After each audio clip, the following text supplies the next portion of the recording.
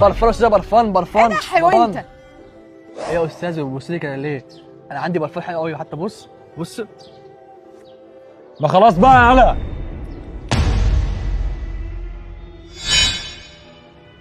ليه بس يا استاذ؟ ده انا باكل عيش فيهم. تبقى عمري بالمنظر ده وتعملني كده؟ ده انا بص، حتى انا معايا برفان هيعجبك قوي وهيعجب المدام. بص كده، حتى بص يا استاذ، بص البرفان ده، بص يا استاذ، ايه رايك فيه؟ ده انت عيل غلس يالا، ما خلاص بقى.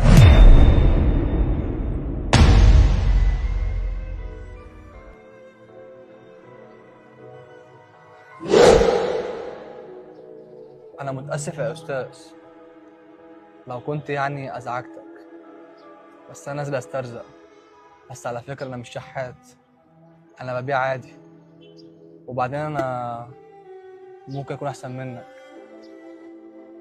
اللي انت ما تعرفوش عليا ان انا مش مهندس، بس الظروف اجبرتني ان انا ابيع برفان. تسلم. فكك منه يلا.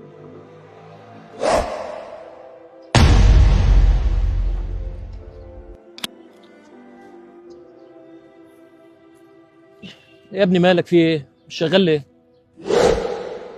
اول مره احس ان انا قليل قوي كده. ما تقولش عن نفسك كده يا محمد. انت مش قليل يا صاحبي. انا وانت بنشتغل عشان نصرف على الكليه بتاعتنا. في ناس غيرنا كتير بيمد ايده ويشحت، وغيره بيسرق، وغيره بيمشي في الحرام. قول الحمد لله ومكمل شغلك يا صاحبي. انت عندك حق كل حاجه، بس لما نبقى شغالين وواحد بقول له برفان فجاه يزقني ويرميني على الارض. تخيل نبدل الاماكن. عمري ما كنت هعمل كده. انت اكبر من كده يا محمد، ما تقولش كده. اللي انت كنت بتبيع له ده اكيد انسان ناقص، فاهم؟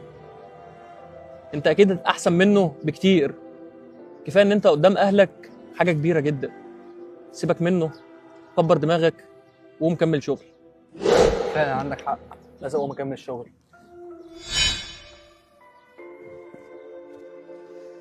ايه يا بنت عماله ترن بقالك كتير؟ بص كده بسرعه.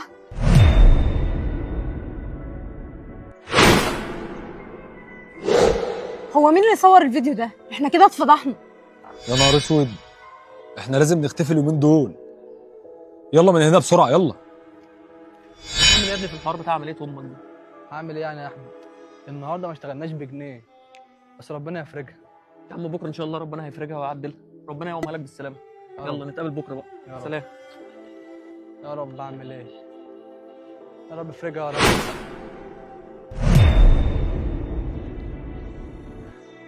يا ما انت كريم يا رب.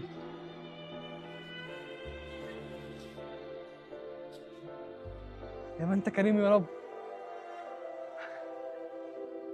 اخيرا هعمل عمليه لامي.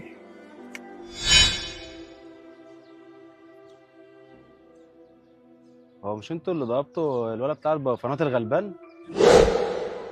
لا لا لا لا مش احنا. لا لا انتوا. قومي يلا انت وهي من هنا. قومي يلا من هنا. يلا يلا انت وهي. انا كده كده هوصلك عشان الحق ورايا شغل كده مع ناس صحابي. تمام يلا اركبي. ماشي. الو يا احمد، بتقول ايه؟ خسرت كل فلوسي؟ في ايه اللي حصل؟ مالك في ايه؟ خسرت كل حاجه.